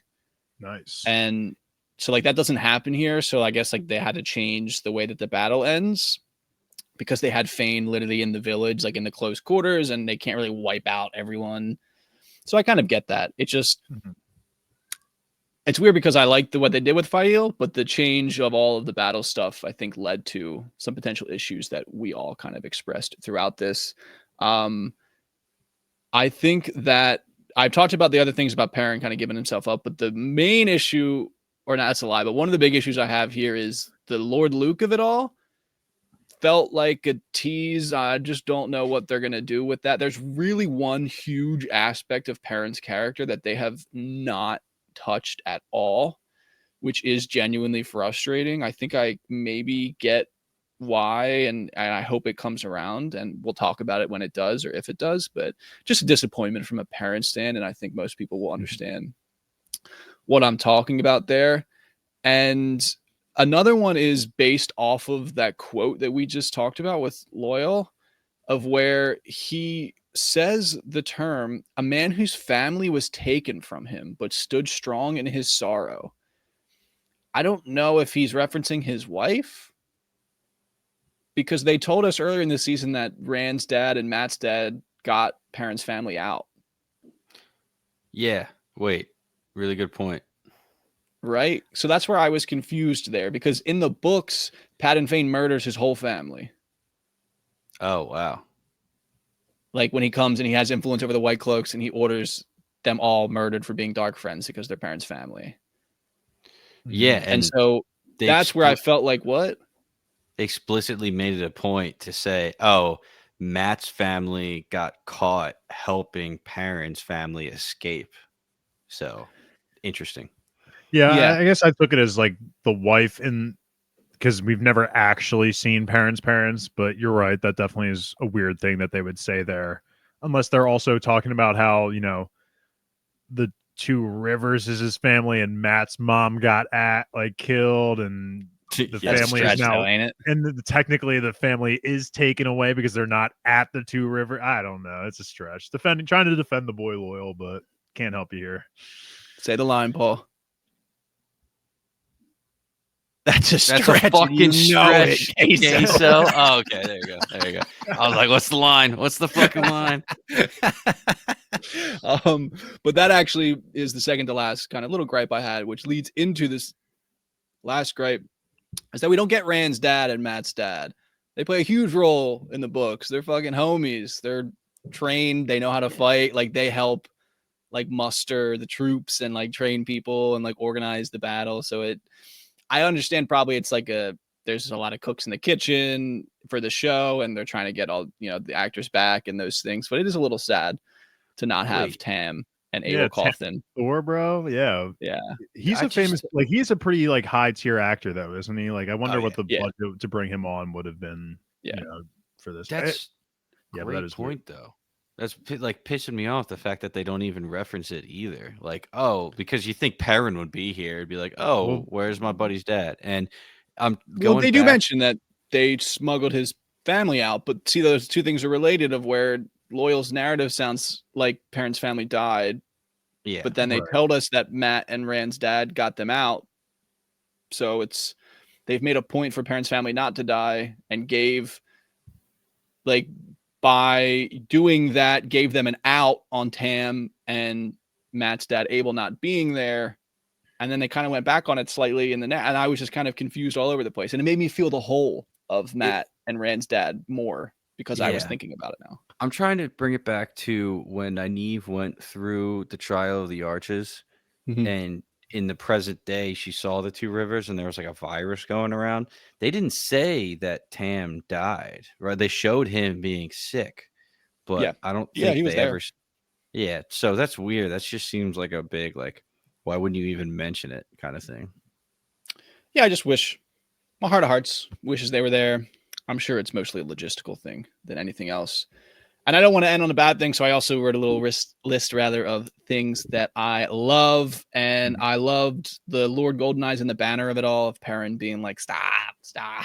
Like, I don't like it. That stuff is just perfectly pulled out of the books. I thought executed to perfection.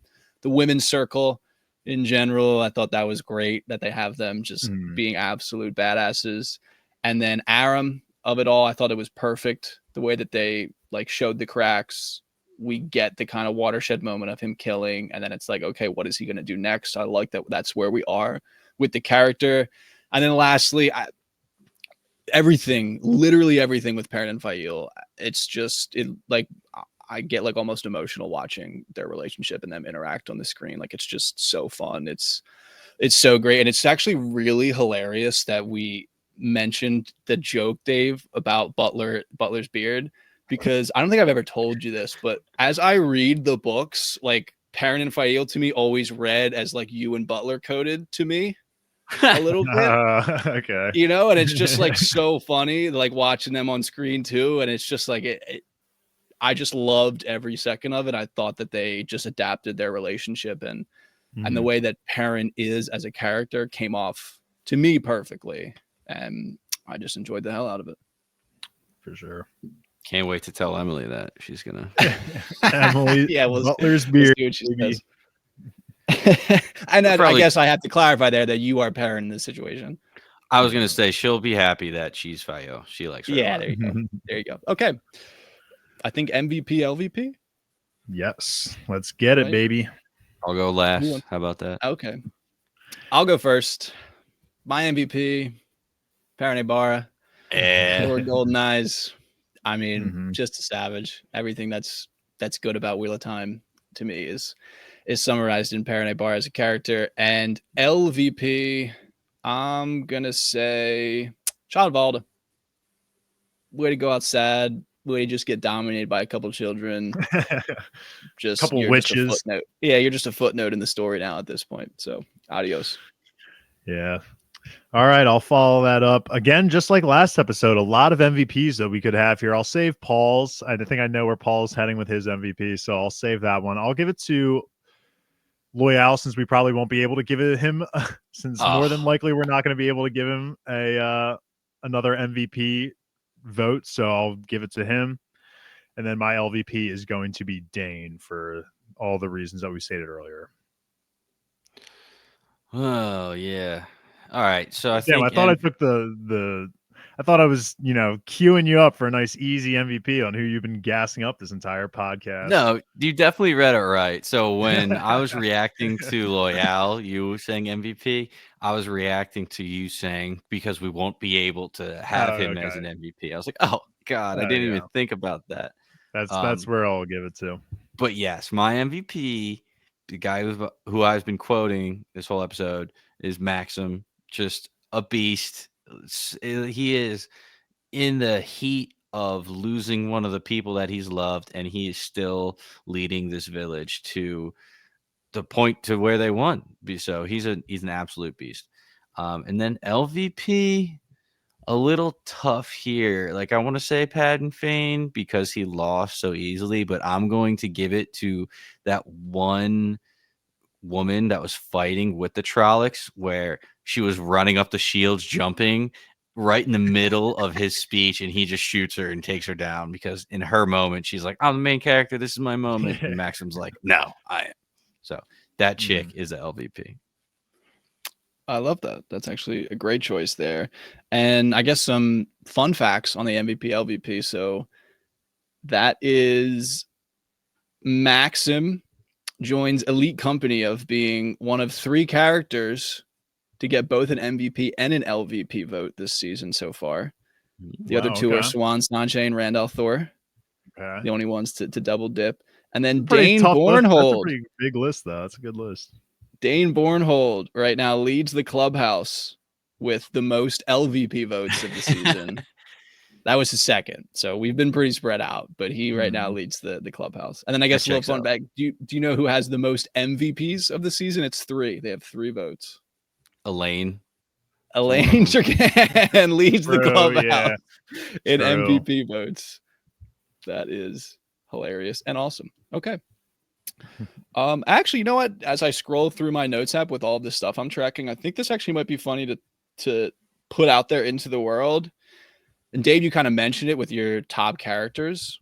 So before we getting into the season finale here, remember who our favorites were at the end of last season? Yeah. So at the end of season 2, we all made a top 4 list of who our favorite characters were. It might be interesting to just put it out there in the world now, and then we'll talk about it at the end of next episode of where we're at. So Dave's list was Ishamael number 1. Yes, sir. I knew that was going to be it. Yep. Rand number 2. Egwene number 3. Okay. And Lan number 4. Wow. Paul's list was Rand number 1, Egwene number 2, Moraine number 3, and Lan number 4. Is Maksim taking Lan's spot in your list? I'll be pissed. He might. And then my list was Ishamael, Lanfear, Rand, and Elaine. Captain Foresight over here, because 2 of those have been killing it. Cheater. You read the book. And then Luke's list, even though he's not here, was Rand, Lanfear, Moraine, and Egwene. So I miss Ishii. That list has made me realize how little Moraine we've gotten this season, I feel like. Or at least Moraine moments. Yeah. She had the big one in episode 4, but other than that, not like big flash moments for Moraine.